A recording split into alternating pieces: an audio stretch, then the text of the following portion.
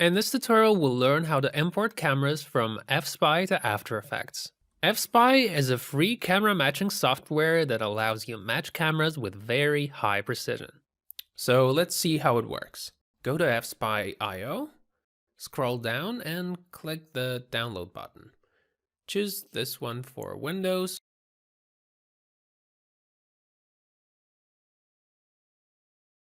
Wait for it to download.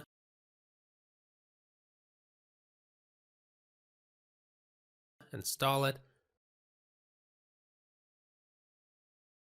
After it's installed, the software will open automatically. So find that image and drag it into the software window. Now look, here in this software, the coordinate axes are arranged in a different way than in After Effects, and we should take this into account. So notice that z-axis looks up and not inwards. The red arrow shows x-axis.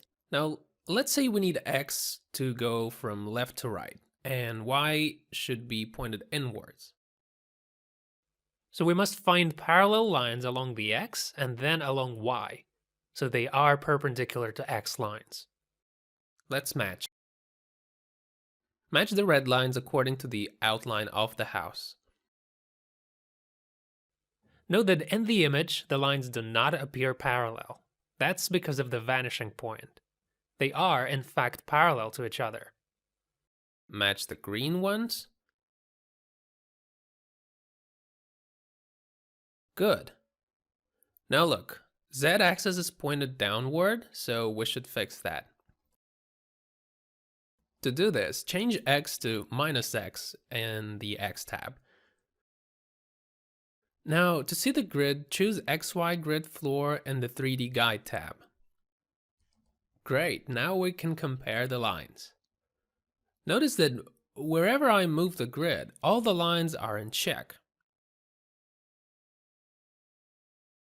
See? Also here.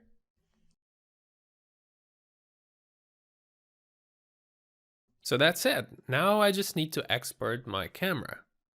So I click File, Export, then Camera Parameters as JSON, give it a name, and save it. Now I'll go to After Effects and drag this image into the timeline. To import camera, go to File, Import Camera fSpy, and import the camera that we've created. And that's it. Our camera is now where it needs to be. Look how all the lines match. Also, look at the camera's focal length. See? We no longer need to guess what focal length the camera had during shooting. The software will find it automatically.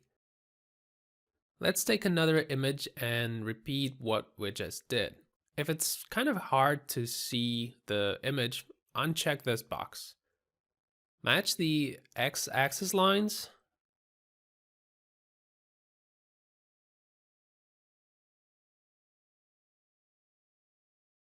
Orient with the bottom lines of the tower. Now we should find the lines that go into depth. We don't have much choice here. We should be content with these short intervals on the wall. Done. Let's enable the grid.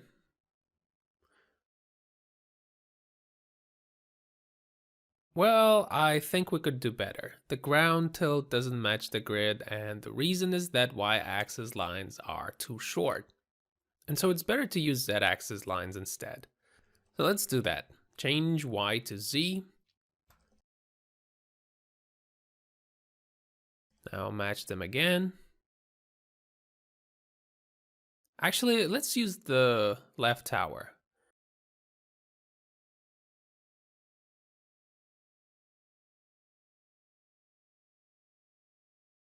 And let's drag the second line here.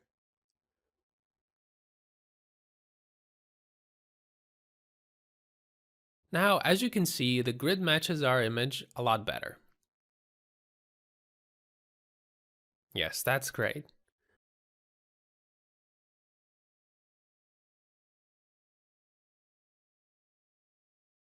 Okay, let's go ahead and export camera.